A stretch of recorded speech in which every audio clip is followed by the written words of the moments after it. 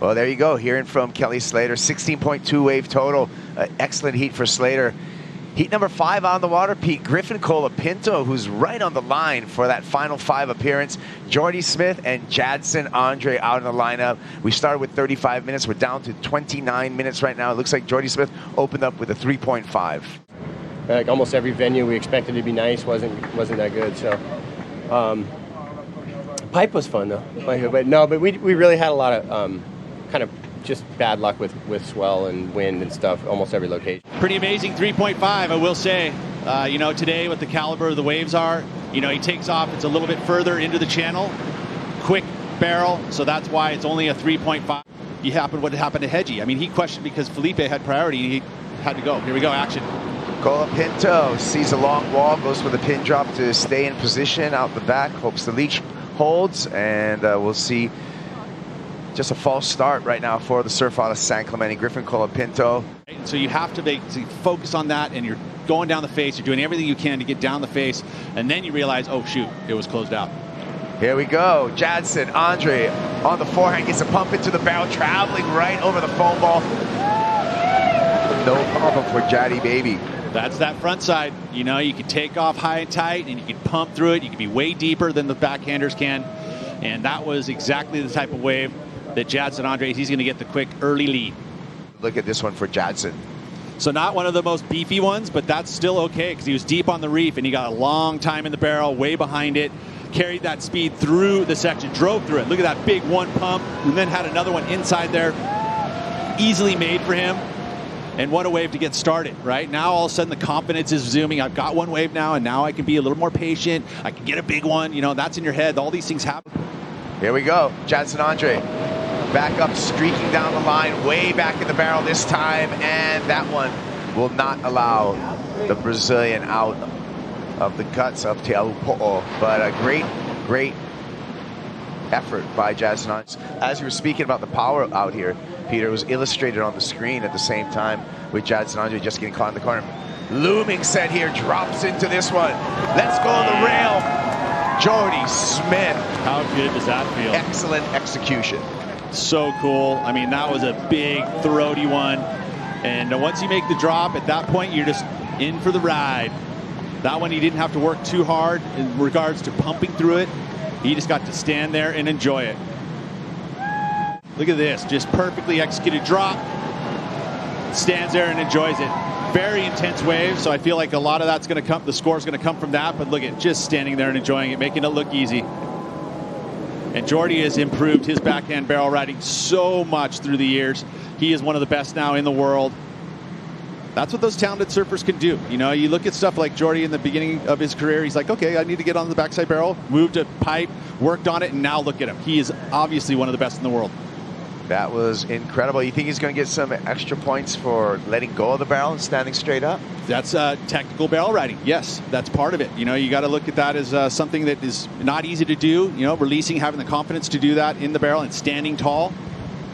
Really cool. This was a monster wave too. This is one of his first ones, a 3.5. Now this is what allowed him to be able to want this bigger wave, was that 3.5. So cool. Lining up for this one, Colapinto drops in, steep, deep, and underneath. Thick one, big cold ball just eats him up in there. He is just flipping and flopping and turning and everything right in this moment.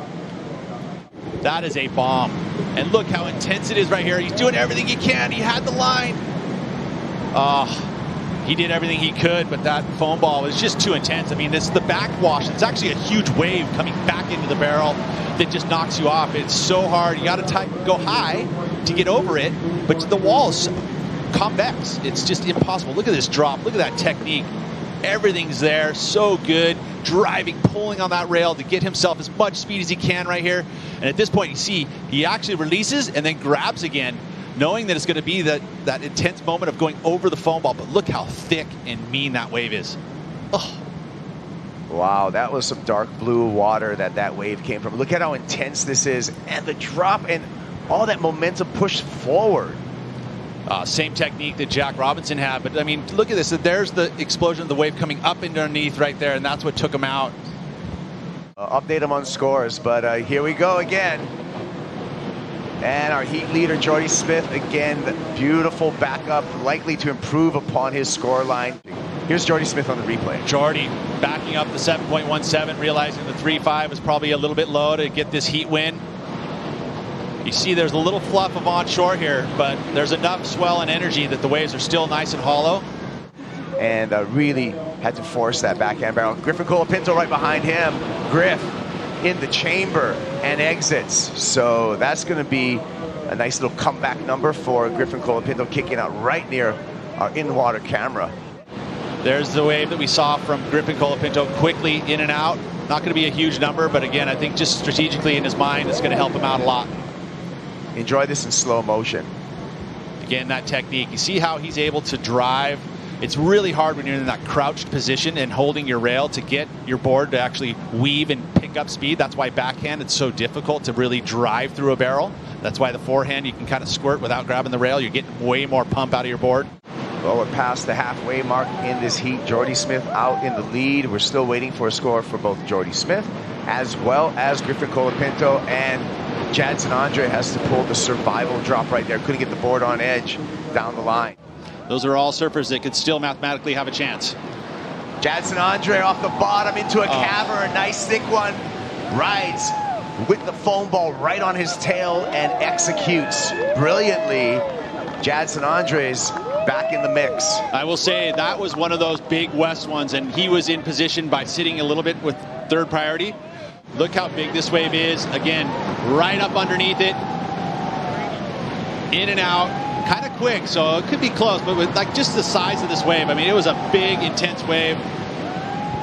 That's part of why bigger scores come, is because these, you need a lot of bravery. Look at this water angle, beautiful. Look how wide that barrel is, way wider than it is high.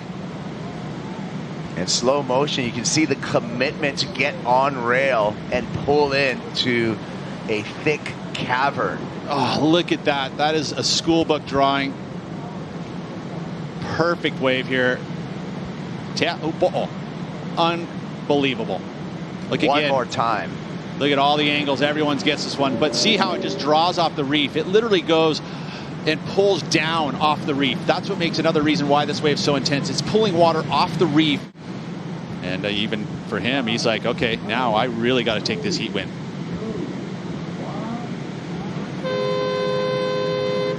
Heat is over. Jordy Smith taking the win and on to the round of 16. We'll see Jadson Andre and Griffin Colapinto again today in the elimination round.